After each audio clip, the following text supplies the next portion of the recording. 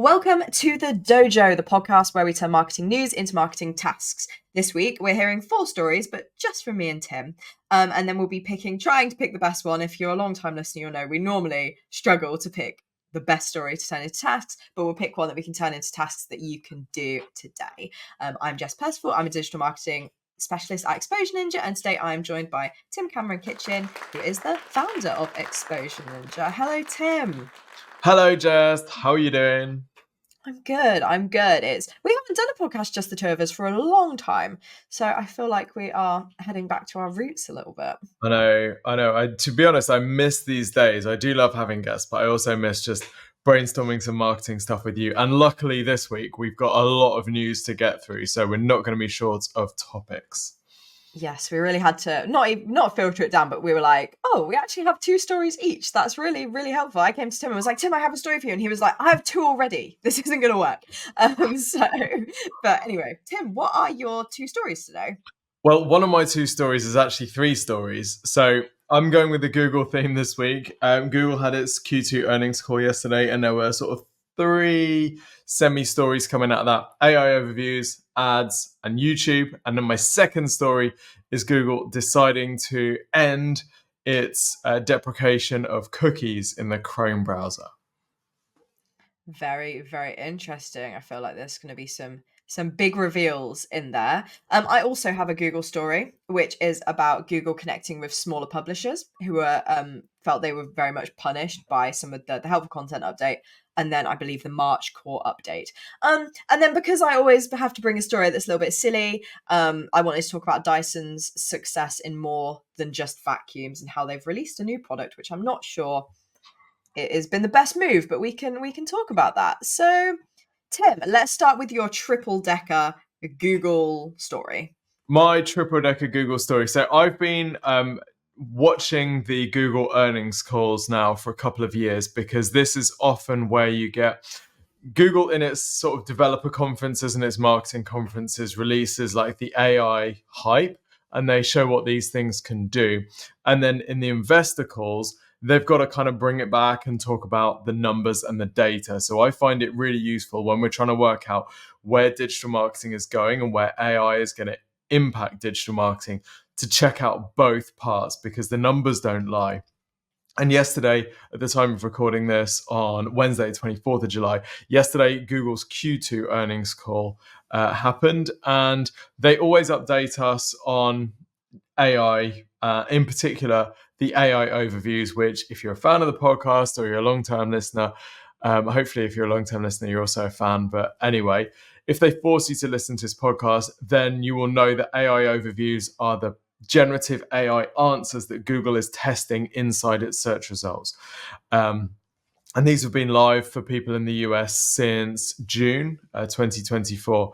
And we're expecting Google to roll these out to 1 billion people by the end of the year. So we got a bit more updates on these, how they're being received, and where Google sees these going in future. So CEO Sundar Pichai gave an update on AI overviews. The general theme is they're continuing to be upbeat about how these AI overviews are received, and yet they're providing no stats, no quantitative evidence at all.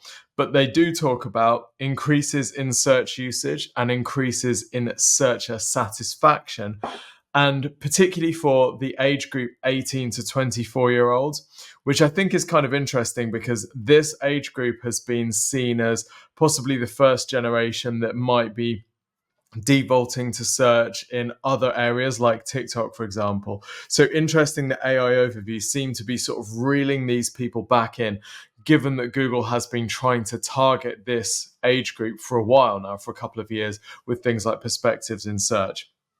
There is also, every web marketer is looking for signs that indicate how much organic traffic Google is going to be sending to websites as a result of AI overviews. And I'm just going to read a quote from the earnings call from Sundar here, which sort of gives us a clue, but maybe not in the way that it might initially appear.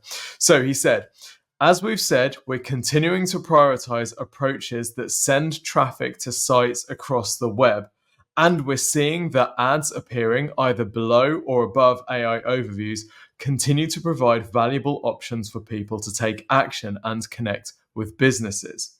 So, on the surface, great, Google's continuing to prioritize sending traffic to websites, even though AI overviews are here. But actually, what he's really saying is that the ads are the way that they're doing this. So, not that Google is actually sending loads of organic traffic through AI overviews, but that the ads are now the way for people to take action and connect with businesses, which is kind of interesting, right? I think a lot of us in the SEO community have been wondering how much organic traffic businesses are going to get from these AI overviews, given that the links are fairly sporadic and you only really see 3 active in any particular AI overviews without clicking further. And whether this is like, I mean, I've got to believe that all of these investor calls are precisely scripted out here, and it's a bit of a diversionary thing that he's sort of using this this sort of trick of language. But for me, this doesn't bode massively well that we're going to be expecting a huge amount of organic traffic from AI overviews. Elsewhere, we know that Google is going to increase AI overviews to more countries this year, and he also mentioned that they're going to increase the number of queries AI overview is served against. Now, I've got other updates about ads and YouTube from this earnings call, but Jess, any thoughts or observations so far on AI overviews? Yeah, I think with something this new, to kind of say, oh, 18 to 24-year-olds are using this loads. Are they using it, or are they just curious about it and are like, what ridiculous thing can we make this AI say?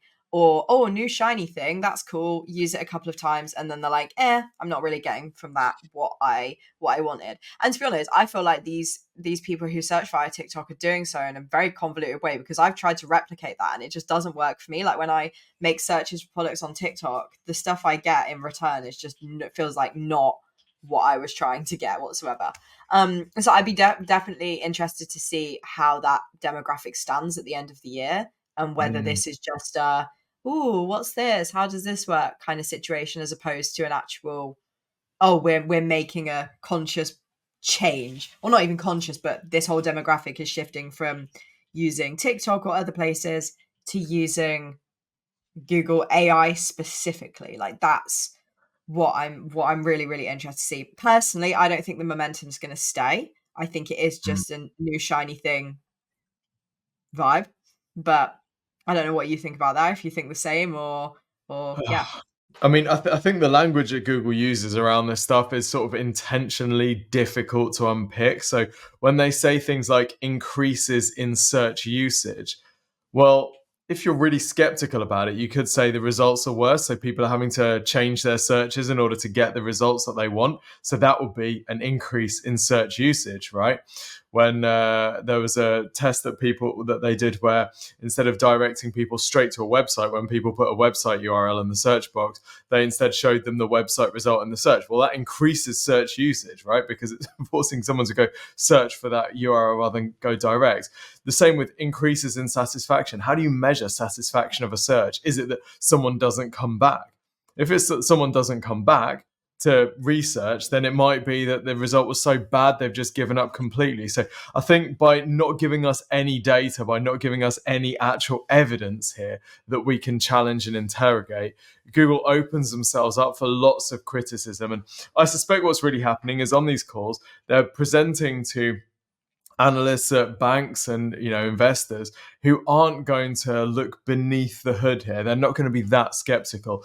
The queries that they get from some of the analysts at the end are pretty soft. They're sort of like chucked up low balls that Sundar can just evade out of the way or smash back over the fence. Like, they're not really being pressed hard here, and I'd love to see a bit more interrogation, because I do suspect that some of the things, like you're saying, we're seeing an increase in satisfaction with 18 to 24 users. What? How many? How are we measuring this? What does this look like? Give us the actual data if you've got it. And I kind of feel like they would if they had. Yeah, yeah. The other question, or kind of idea I wanted to pose to you about this, is what would you say to the people who have been saying from the start, like, oh, Google is just going to make us pay for ads and that's how we're going to get in search? Would you say that those people are right? would you say that we're hopefully going to see that Google will move away from the ads thing? And there's almost no way to look at that other than, either you're in the AI answer somehow, or you can get traffic via ads. Yeah, that's a good question. I think I've always looked at Google's organic search as being really pivotal for them to even have any traffic to run ads against. And I don't think that that's going to change. Google, of course, is an ad supported business, and that's going to be their primary way of making money. But I think if ads were the only way that publishers could get traffic or recommendations from Google, that would harm the ecosystem enough that it would degrade the quality and it would stop being the primary place that people would go. So I think the organic team is always going to have a strong importance in Google. Even if you're not getting website clicks from the AI overviews, we've shown and we've seen and we've tested that you can actually influence the AI overviews answers. So moving on to the sort of the second topic that I wanted to pull out from this investor call, because it is actually super relevant to this, is all around ads. And Google announced that we're going to be seeing search and shopping ads within the AI overviews in the US. We've been expecting this for like a year now, and this is the first time that they've announced that they are actually going to be doing it. They said that they're going to be showing ads in these AI overviews when they're relevant for both the search term and the content of the AI overview. So in my mind, I go immediately to, all right, so advertisers already have to do sort of keyword research. We need to understand which phrases we want to show in. Maybe now we're also going to have a look at what answers the AI overviews are providing, because we not only need to be relevant for the query, but we also need to sort of be relevant for the answer. Just to give an example, let's say that I asked the AI over, or let's say I asked Google, what's the best theme park to take my 6-year-old son to? And the AI overview said, oh, you should probably check out, Legoland and Paulson's Park, right? And then you'd see an ad for Legoland, which might be paid, or you might be able to click on an organic link to Legoland. Well, if I'm Legoland, I probably want to run an ad against that keyword, best theme parks for 6-year-olds. But I also need to then make sure that that AI overviews is recommending my brand. And if it's recommending my brand, I'm going to get some brand uplift. I'm going to get some more organic search benefit of that as well. But I'm also then going to be able to run ads, and I'm probably going to be able to run ads more cheaply because my product is being recommended. So I think that what this really points to, whichever way you look at it, is marketers are going to be wanting to try to influence the actual content of these AI overviews. And that is going to be a really important component, not only for search, but not only for text web search, but also if you think about how Google is building the AI assistants via Gemini into its operating system, we're going to be seeing a similar thing with Apple and Siri and ChatGPT later this year, where the answers that we're going to get for voice search are going to be much better. And those answers that we're going to be getting are going to be recommending businesses, products, and services. So I think that really the next evolution of optimization is trying to influence these answers. And I don't think that that's going to be changing anytime soon. I think this is going to be a real important battleground for marketers, really.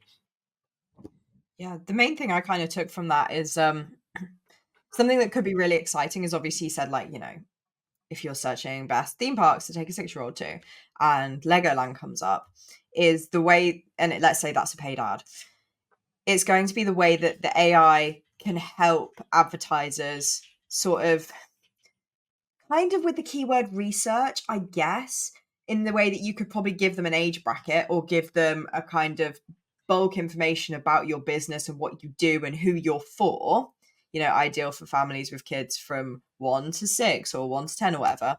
And then based on the searches that people are making, which are going to be highly specific, Google can still serve your ads at that time. Because if they just take, oh, it's good for families with kids, if somebody's saying, I want to go somewhere as a family and we've got a 15-year-old and a 16-year-old and they're really mardy and they hate Lego, and then Legoland comes up, you can't, but, as an advertiser, you can't do, it's impossible for you to think of all those possible searches. So I'm really interested to see how Google's going to incorporate AI into kind of that element of it and sort of figure that out. And I think that could be really big. I think it could be awesome because then you are going to be getting served ads that are even more specific to what you're asking, rather than, you've asked for recommendations and they're saying, yeah, for your 6-year-old, the saw ride at Thorpe Park is going to be absolutely bang on, just because that park has said, oh, well, we want to, target these keywords or whatever, Yeah. just to get more people through the door. These two theme parks are owned by the same people. I'm not saying they would do that, just so you know, just don't shout at me. But I feel like there's this real opportunity for Google to kind of use this AI to really help advertise, which they already are with things like PMAX. I know we've done some amazing PMAX campaigns here at Exposure Ninja, which, that uses AI, and it can be absolutely fantastic. And if you would want us to run some ads for you or do any other type of marketing, you can request a free website marketing review at exposureninja.com/review. If you're eligible, and not everybody is, you will be sent a free 15 to 20 minute video review going through all your website marketing, or just specific things like your PPC, or if you're worried about AI, you can flag that with us, and that's something we can take a look at. So yeah, go do it. Enjoy. Tim, Go do it. YouTube. Love it. Love it. Well, before we move on to YouTube, I've got a couple more Yes. things to add. So, interestingly, Google's ad revenue, particularly search, has continued increasing and was one of the sort of bright points of their earnings announcement. So, I know last time I was on, we were talking about HubSpot's state of marketing, where 55% of marketers said that in 2024, more people were going to be using chatbots than search to find the answers to their questions. That's definitely not happening, but it's definitely not showing up in the data. Google's search ads are still killing it with their revenue and profitability. And Google were very keen to point out some stats. We get stats for ads, we don't get stats for AI overviews, about higher CTAs for retailers with a virtual try-on service that they're going to be running in shopping ads in beta. They're very proud of their profit optimization tool and the increase in profit when this is used as part of smart bidding. Also very proud of demand gen, saying it delivers 14% more conversions when paired with search or PMAX. And also that broad match performance has improved as well. All of these, of course, being fed by investor buzzword of the year, AI. Now, YouTube was kind of interesting. They mentioned a few bits of info about YouTube. YouTube ad revenue actually didn't grow as fast year on year as it did in Q1, although that was because of some Q1 anniversarizing, they call it. But what was, I think, interesting about YouTube is that it's continuing this march to real sort of TV dominance. It continues to be the most watched streaming platform on TV. Okay, I think that's 17th month in a row that YouTube has continued to be the most watched streaming platform on TV. And interestingly, shorts are still seeing an increase in traction, including from people watching shorts on TV, which is totally a use case that I didn't imagine continuing to grow. But the numbers are pretty big here. And I think it sort of points to YouTube and shorts advertising becoming more and more important for marketers. I think video advertising and TV advertising and ads on Netflix and Disney Plus and things like this are quite out of reach for a lot of SMEs and even plenty of enterprise brands, because the sort of hoops that you've got to jump through to get on those are quite challenging. Whereas YouTube, it's very, very straightforward to run some ads. Yes, you've got the initial hurdle of creating video ads. And of course, you've got to make sure that your ad content works for the format, whether that's, mid-roll or pre-roll or whatever. But this is a platform that's available to lots of advertisers with relatively low barrier to entry. We've done some YouTube campaigns for clients, which have worked really, really well. And this is on the most popular streaming TV platform in the US, possibly the world. Like this is, we have huge visibility opportunities here. So I feel like YouTube's one of those channels that people just assume is sort of on the side, or it's maybe less important than some of the search focused ad platforms. But really the growth is still there and it's continuing to build momentum. So kind of interesting. Yeah, that's really cool. I mean, we pretty much watch more YouTube than anything else. And I think it is because if we just wanted to think about like consumer behavior and also the way that kind of the TV industry is going, is that if you just want to do something quick after work, you have this algorithm that shows you stuff that you want to see right away. Whereas if you go on to like BBC iPlayer or Netflix, yes, it shows you a few things that you might want to watch, but also every episode is an hour. And if you don't have an hour, then you're not, it's kind of, but I think also what's interesting is because a lot of YouTube content is homemade, you can get away with an advert that isn't quite studio quality, whereas the opposite is true for the other streaming services where your adverts need to be on par with the blockbusters. So yeah, I completely agree with what you said about it. Kind of, it really levels the playing field in terms of video ads. And most of the ads that I get are like just somebody sat in front of a camera telling me about their thing. I do get some that are a bit more kind of studio-ish, which do still grab my attention, but a lot of them are just people being like, admittedly, a lot of them are like, buy my course, whatever, but they are just people sat in front of a camera, but that's fine. It works. So yeah. And Very insightful. they're obeying the golden rule of platforms, which is make the ads look like the content, right? If you go with a TV ad on YouTube, it kind of looks out of place and it looks like an ad. And when that little skip button is scrolling with the timer, you've got your finger hovered over. As soon as something looks like an ad, you're just ready to click that thing. Whereas if it actually looks almost indistinguishable from the content and there's an interesting hook there, you've got a much better chance of grabbing someone's attention than a typical sort of brand focused ad with no CTA that just sort of washes over people. I get really frustrated with a lot of TV ads. Jess, I can feel myself going into rant mode here, but I get really frustrated with a lot of TV ads. The fact that actually the visuals and the concept of the ad is almost designed to distract from the message. They're designed to be so entertaining and so bold and bright that you actually can't work out what they're for. You can't work out who the business for, what the benefits are, because they just want to show you some cute character or famous person or funny thing. Anyway, this is a topic for another day. We've got 4 stories. Let's keep going. Yeah. One thing I'd love to say on that actually really quickly is we have a generation of young people who have potentially never seen adverts before. If they are watching everything on streaming services and also their parents pay for like YouTube Premium, they're not going to be encountering adverts. And actually my little cousin who is 6 saw her first TV adverts recently and was like, why is the show stopped? Why? I think they were watching Ninja Warrior or something like that. Gladiators, that was it. And there was adverts and she was like, what, where's the show? What's happening? And I just thought that was Wow. very, very interesting. And maybe the way that we connect with that generation is going to be totally different. Obviously, I don't mean right now, please don't be advertising to 6-year-olds. But I mean, when they're older, I wonder if their relationship with advertising will be different. Whereas, I grew up, we had, at my dad's, we had Sky TV and that was like 10 minutes of show, 10 minutes of adverts. And it was awful, absolutely horrific. So yeah, it's going to be very interesting to see how that kind of changes. Anyway, like Tim said, we have 4 stories to go through. Tim, do you want to talk about your cookie story now, or do you think I should cut in with Let's my do one of yours. Dysons? Let's do one of yours, Jess. Okay, cool. I'm going to talk about my Dysons now because I feel like we did a big chunk of Google. We are going to have a little bit more chunk of Google after this. But I thought this was kind of a fun story. So the first thing that comes to most people's minds when you say Dyson is vacuums, cleaning products, that kind of thing. But I've really noticed in the past kind of 5-6 years, they've started using their tech to branch out into like other fields. And I remember the first one was like that big fan that was kind of like, I don't know, it had nothing in the middle. It was just kind of like this big oval and everybody was raving about it. It was super expensive, but it did the job. And I think it's a heater as well. But that makes sense, right? You're going from vacuums to something else involving air. Cool, makes sense. Then they did the Dyson Airwrap, which is like my dream hair product, but it's still the price point is so high. But I get it because it's really good, does a great job. It's just awesome. It's been massively successful. Recently, though, they brought out a set of headphones, like over-ear headphones, like the ones that I normally wear, kind of similar to this, really. And they brought these out. I can't remember what they're called. But I was really surprised because I'm like, that is unrelated to air, which is basically their thing, right? And everything they make is kind of connected to this air technology.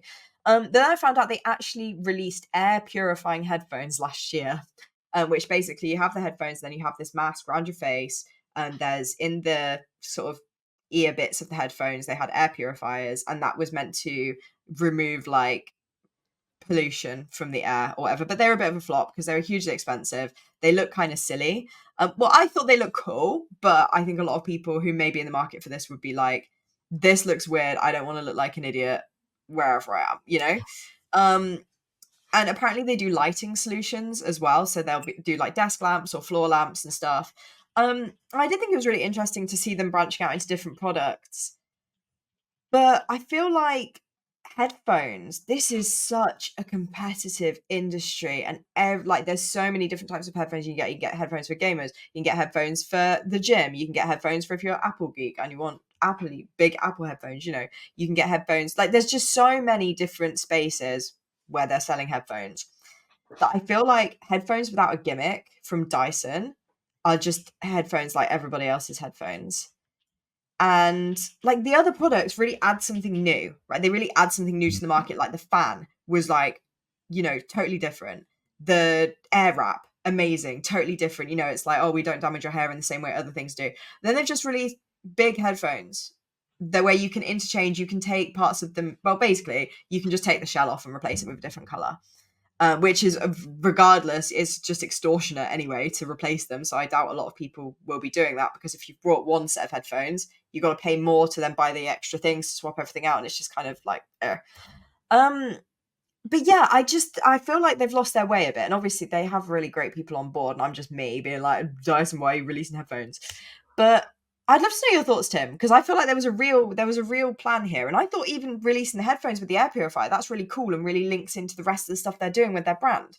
So to release just normal headphones feels like a missed opportunity. Yeah, I mean, I don't think anyone expected the Dyson hair care range when that came out. That seemed like a bit of a kind of a left field thing. But like you say, there was a great marketing story there, which was, you know, they showed the product. They've got an amazing model from the vacuum cleaners, haven't they? They show the breakdown of the product. They show how the cyclone works. They show how it's technically superior, how it purifies the air as well, all of this stuff. So they had a successful model, which really is what any brand wants, because then you can then apply that to other categories. And they did that with the hair care products, and they started with the hairdryer, didn't they? And then they added the straighteners and all of this, because then they built, once they had the hairdryer, which worked really well, and actually the story was basically the same, and they built a fan base in hair care, and then they could cross-sell them other products. And this was, you know, this all worked. And then came the Bane mask, as The Verge called it, this headset thing with like this face bit to purify the air. And I think that was a stretch. And it's almost like they've wondered what they can do with the audio technology from that failed experiment, and thought maybe we could just throw this in some headphones. But I think it's interesting to see a brand like Dyson, which we're so used to thinking it's got an amazing competitive advantage because it's got these great USPs, it's got this amazing marketing story, it's got fantastic positioning. It's really interesting to see that brand out of context in a space where it actually doesn't have any advantage, and it doesn't know how to tell, or it doesn't seem to know how to tell a great story about what is important to headphone purchasers. And like you, I just can't see this working. I can't see where the story is and who the audience is for these, because the brand is so synonymous with air and hair and clean that a pair of headphones, they kind of, I mean, they look all right, but they're not iconic. Yeah, it's weird to see this thing out of context. I can't see where this is going.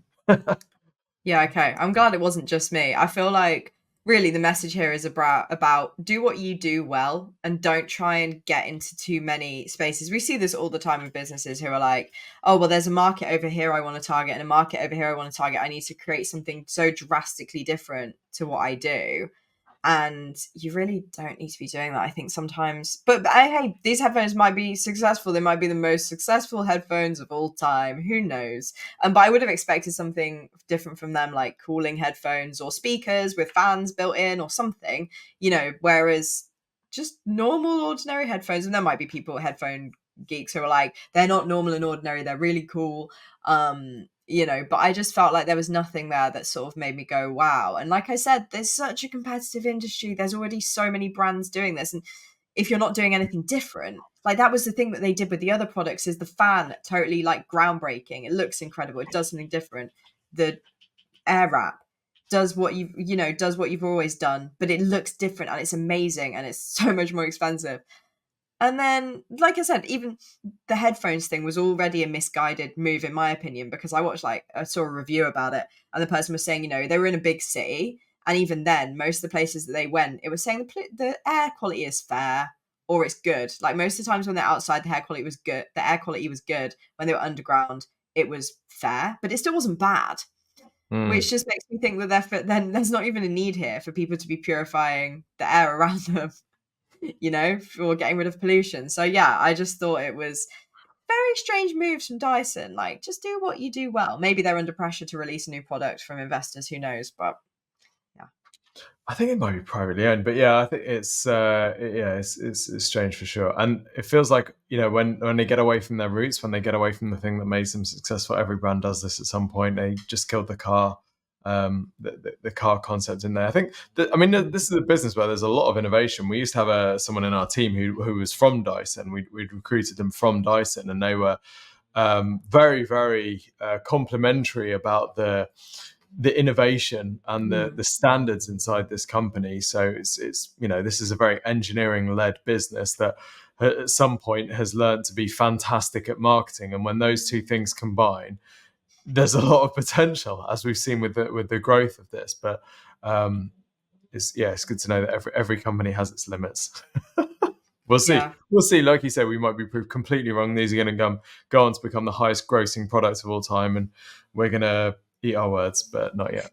You never know. Yeah, it almost makes me wonder if the air purifying ones, if they didn't really intend to sell a lot of them, and they would just kind of, these are 900 quid, they're cool, right? But actually, you can buy the cheaper ones that don't have the air purifier for like 400. That's a great deal, right? Because you're not paying 900. So yeah, maybe it's just the whole thing's just a price anchoring exercise. I love it.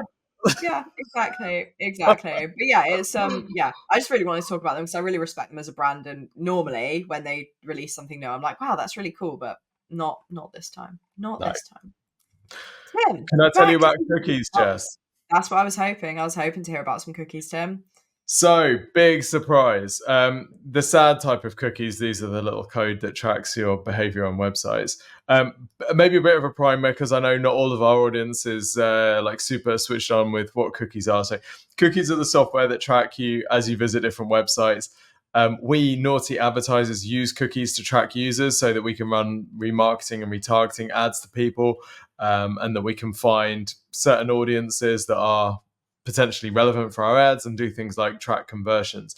So cookies have been a bit of a factor in the growth of digital marketing over the last couple of decades. Now, lots of advertisers and platforms use cookies. They're an open technology, but understandably, some people don't like the idea of being tracked. They don't like the idea of being tracked full stop. They don't want to hear about the fact that, but it means you're going to see more relevant ads, not less relevant ads. They just don't want to be tracked. And I kind of get it. It's annoying for advertisers, but I kind of get it. So Google revealed that it was going to be the people's champion, stand up for the little guy and phase out third-party cookie support in its Chrome browser. This is really important because Chrome is the most popular browser in the world. It's 4 times as popular as the next most popular one, which is Safari. This would effectively signal the death of cookies as an advertiser tool, and lots in the ad industry were a little bit panicked about this. What Google proposed instead was called Privacy Sandbox, where basically Google could see what you were doing, but no one else could. So other providers of cookies, their cookies wouldn't work, but Google, because it was trusted and omniscient and omnipresent, well, we can still analyze what you're doing based on your Chrome usage and all of this type of stuff. So Privacy Sandbox was supposed to be, they call it Privacy Sandbox. It could have been called like Privacy Walled Garden, but this was Google's way of keeping the data for itself without sharing it elsewhere. Anyway, the Competition and Markets Authority in the UK took issue with this. They said this smells like a bit of a monopoly. You're using Chrome to get user data so that you can monopolize that advertising data to build the Google advertising platforms instead. So CMA opened an investigation. This was in 2021. Google then agreed a set of commitments to accommodate competitors in 2022. But the CMA has sort of been poking around and giving Google a bit of hassle ever since then. Then Google's announcement came out of the blue this week. They said, right, do you know what? We're not going to phase out cookies at all. This is not working. We can't make it work. We can't make it work. Regulators, other stakeholders like advertisers, they're not happy. We're not going to do this. Cookies are here, at least for now. What they're instead is proposing instead is something very vague. They're calling it a new privacy selection experience or something, where basically we think users are going to be able to choose whether or not they use cookies or whether they live inside the privacy sandbox. But importantly, by default, Google is not going to be phasing out third-party cookies. The CMA said, all right, on the surface, this seems okay. We're going to see what other advertisers and other people think. So give us your opinions and we'll see what's going on here. So fundamentally, what Google's tried to do over the years is appear to appease the privacy advocates whilst also appeasing the regulators who were looking at it as a potential monopoly activity. And also continue to make money and make more money out of advertising whilst potentially choking off other platforms. That's what it's tried to do. And now it looks like it's had to roll back on at least some of this. So who knows where things go from here? I guess the writing is still on the wall for third-party cookies at some point, potentially. But at least for now, a lot of ad platforms and advertisers are breathing a bit of a sigh of relief because not going to have to change things as we had to with iOS 14 and all the changes that happened on Facebook. So it's a bit of a big one, really. And I don't think anyone saw it coming, Jess. No, it's really interesting, isn't it? Because it's been going on for so long. Like this whole conversation about cookies has been going on since like 2020 at least. Yeah. So it's just really been like dragged out. And I guess that in some ways was an indication that maybe it wouldn't happen. But also it felt like the roadmap was quite clear. So at the same time, it is a surprise. And I was just kind of like, yeah, we just need to prepare and see what's going to happen. I do wonder if they'll take any, kind of inspiration from, for instance, this is slightly different, but Apple's integration of AI into some upcoming phones and whatnot. They're giving people the option to stay within their own space, or whether to allow ChatGPT to come in and help, basically. And I feel like that's almost the same as this. You can stay in that privacy sandbox or you can stay outside of it. But I think really most people will say, well, I don't know. I want to say most people will say, well, yeah, I want less tracking. But then I feel like that the cookies pop up at the bottom of the website, and I really had to train myself to be like, no, if it's a website that I don't care about and don't really want them to track me. Whereas when it's a website that I'm like, actually, I don't mind if you want to do ads to me, whatever, do your cookies. Then it's a more conscious decision than it used to be, is what I'm trying to say.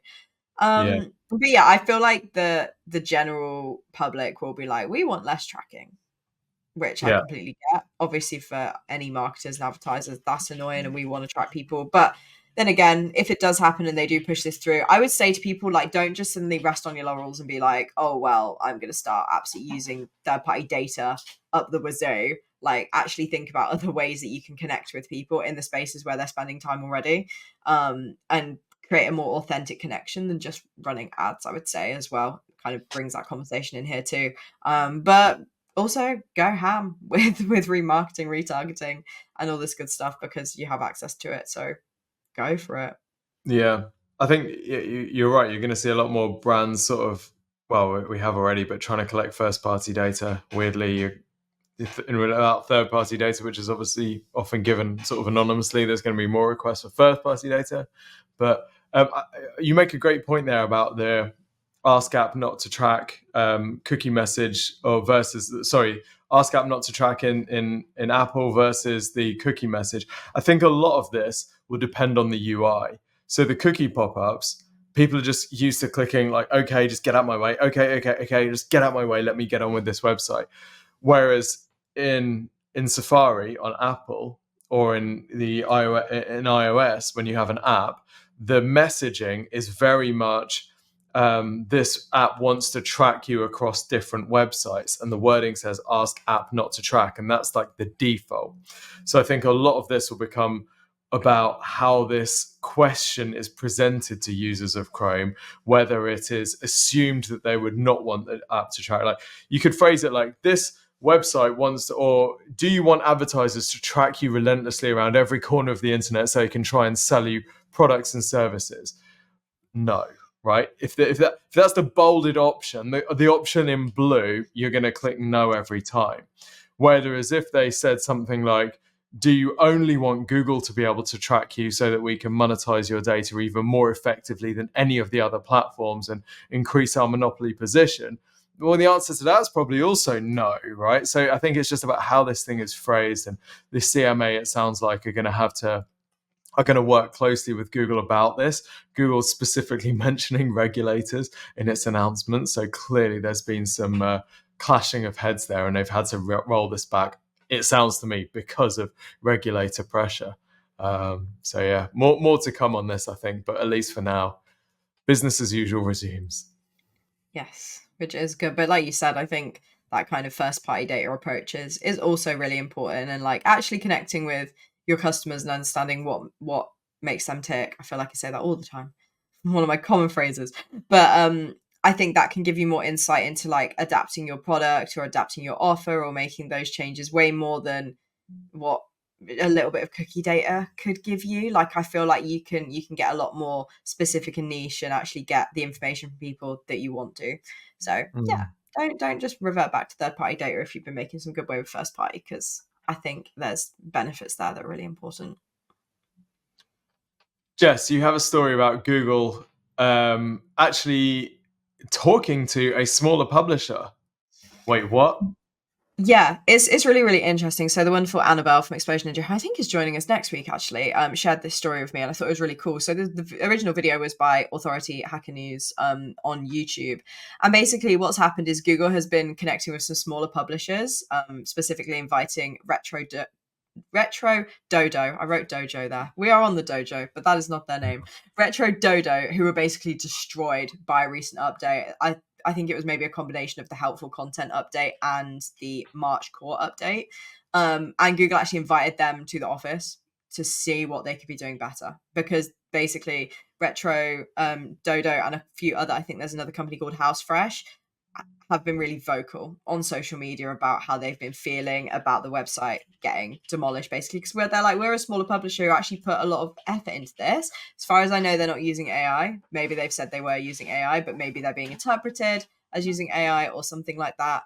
But yeah, Google has basically said that like sites can recover after being hit, but it might take them a while, which if you're a smaller publisher and you've just had your whole traffic decimated, I think you're going to be like, I don't want to try anymore, Google. Like, I don't want to give it another go because you've already ruined my trust. They've said, oh, if you keep making great content, maybe you can bring it back. Maybe you can do better. But basically, Retro Dojo and House Fresh were two voices that were really loud about like smaller publishers, advocating for businesses who have been hit really badly by like traffic losses based on these updates. And Google has for a lot of time said, no, it's nothing to do with this, nothing to do with this.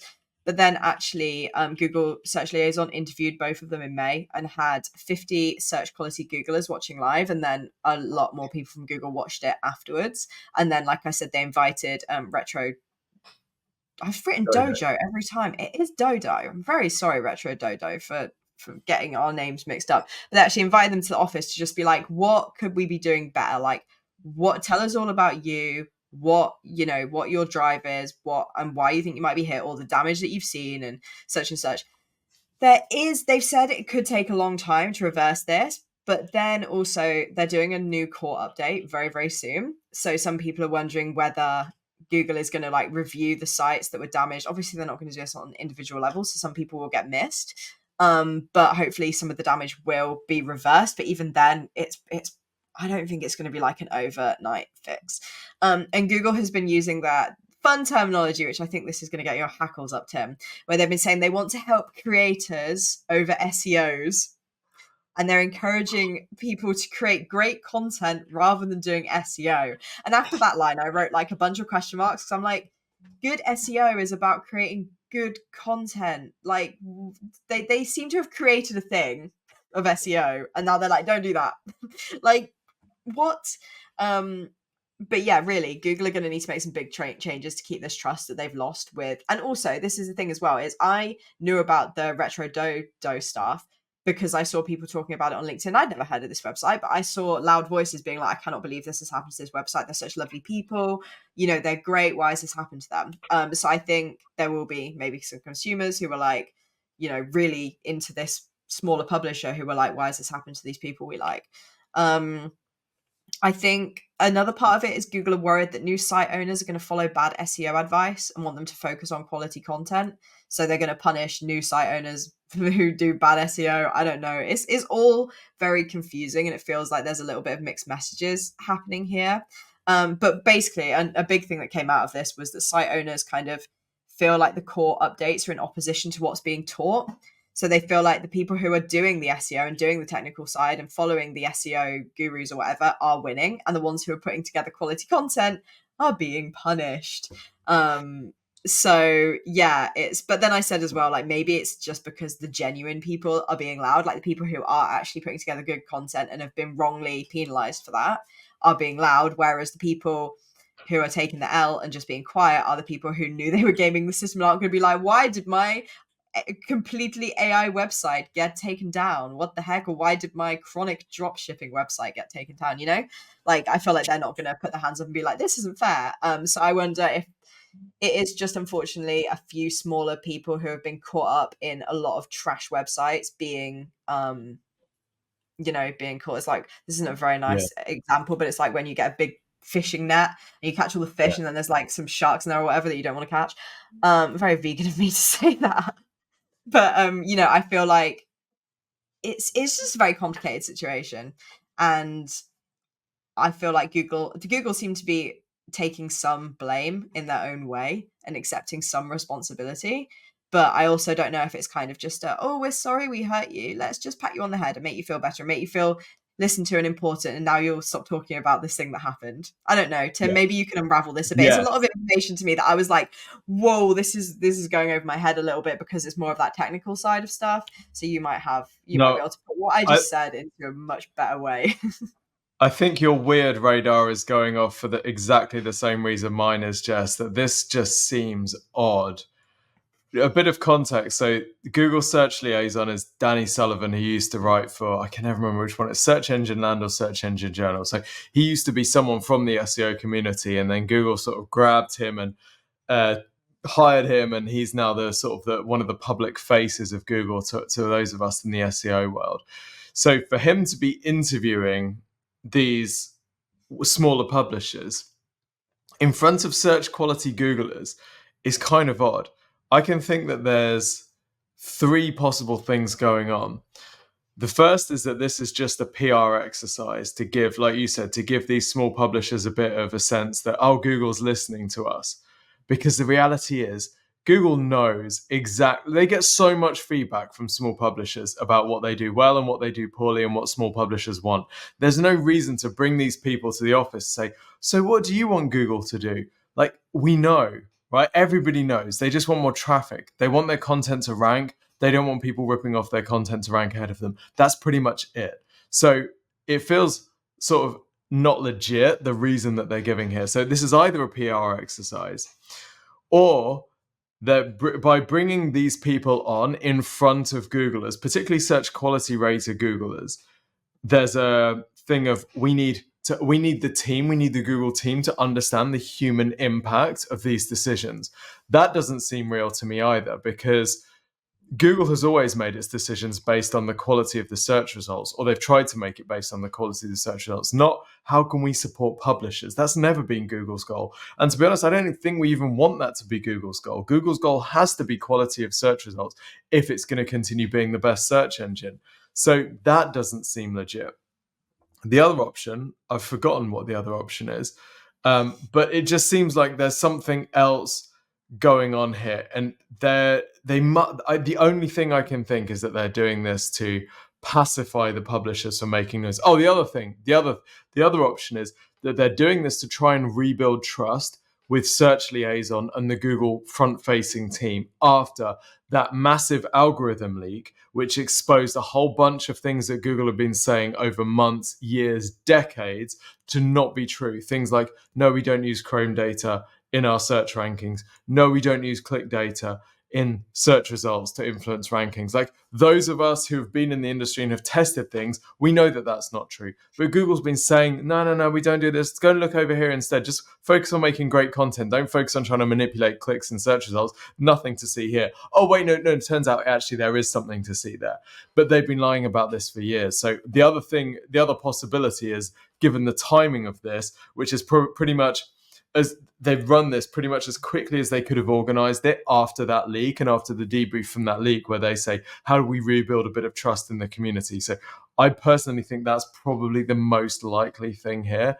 And actually, there's very little useful stuff that's going to come out of this. Google's not going to go and recode an algorithm or change the next core update to favor small publishers because two of them came in to talk at the Google offices. Like, what is that about? That's not how you run a business. That's definitely not how you run a business that makes like $160 billion a year in ad revenue. So this whole thing to me seems like a distraction, a diversion. There's something else going on here that's not the main story. Call me skeptical. Thank you for summarizing it so succinctly, Tim, because I feel like I went on an absolute journey. But it's because all these things happened in such a weird order. And like I said, it all kind of, I was kind of saying stuff and being like, but why would Google do that? Or why would they, as I was reading it out, I was like questioning what I'd written, but no, that's all what they did. So yeah, very, very interesting choice. Well, thank you for bringing two stories to it. It worked out quite well this week that we're very flush with stories. I'm trying to think of which would be the best one to talk about. I do kind of feel like your first sort of, well, there's three stories there. Multi-story.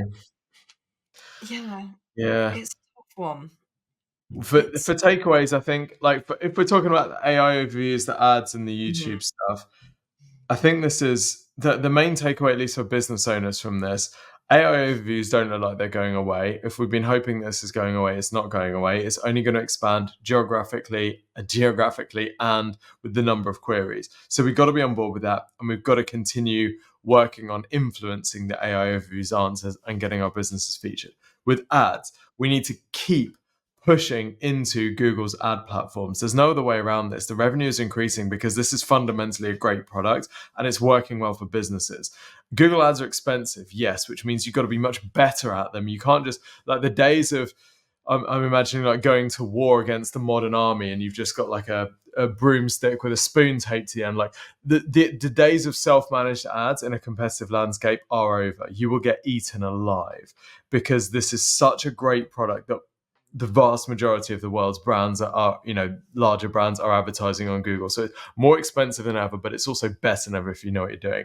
So that's the second thing. And then YouTube, I think you've got to have like some sort of idea about what you're going to be doing with YouTube, given that this is such a massive drain of the world's attention, or focus of the world's attention, maybe a more a nicer phrase. So if you don't have a plan for YouTube and you're not thinking about how your business might be able to use YouTube, both organically and paid, just be aware that this is the most popular streaming platform on TVs, and you can publish a video on YouTube in like the next 5 minutes. That's pretty wild.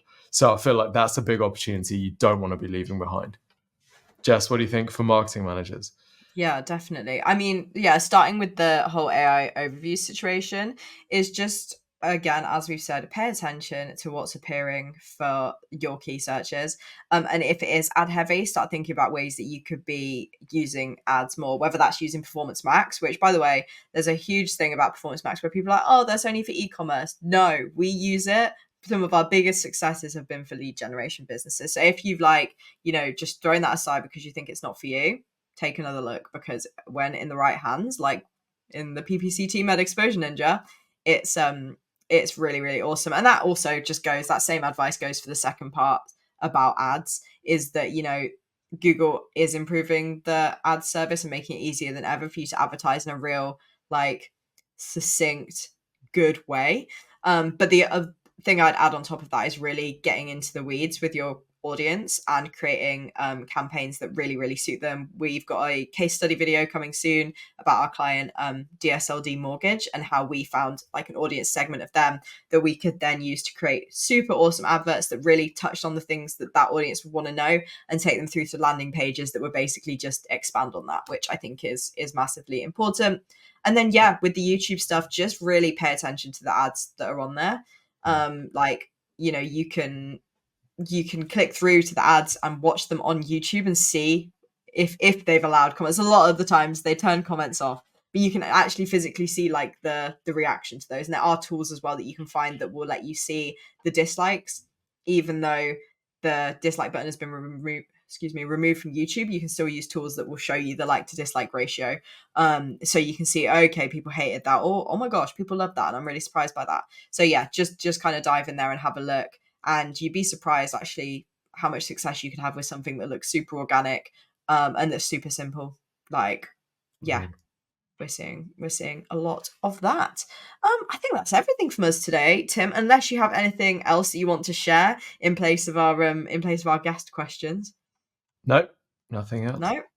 No, nothing. We did not have anything else to share other than to tell you that if you enjoyed the podcast today, remember we've got more than 300 episodes, some with just Tim, some with the two of us, some with even more people, because we love to have some guests on talking about all things marketing. And we also have our YouTube channel. If you just head to YouTube and search for Exposure Ninja, you'll come up with hella videos. We have so many about a wide range of marketing topics. Pretty much just search whatever you want, Exposure Ninja, and then the marketing thing you want to know, and pretty much we will have a video about it. And if we don't, tell us, because then we can make one.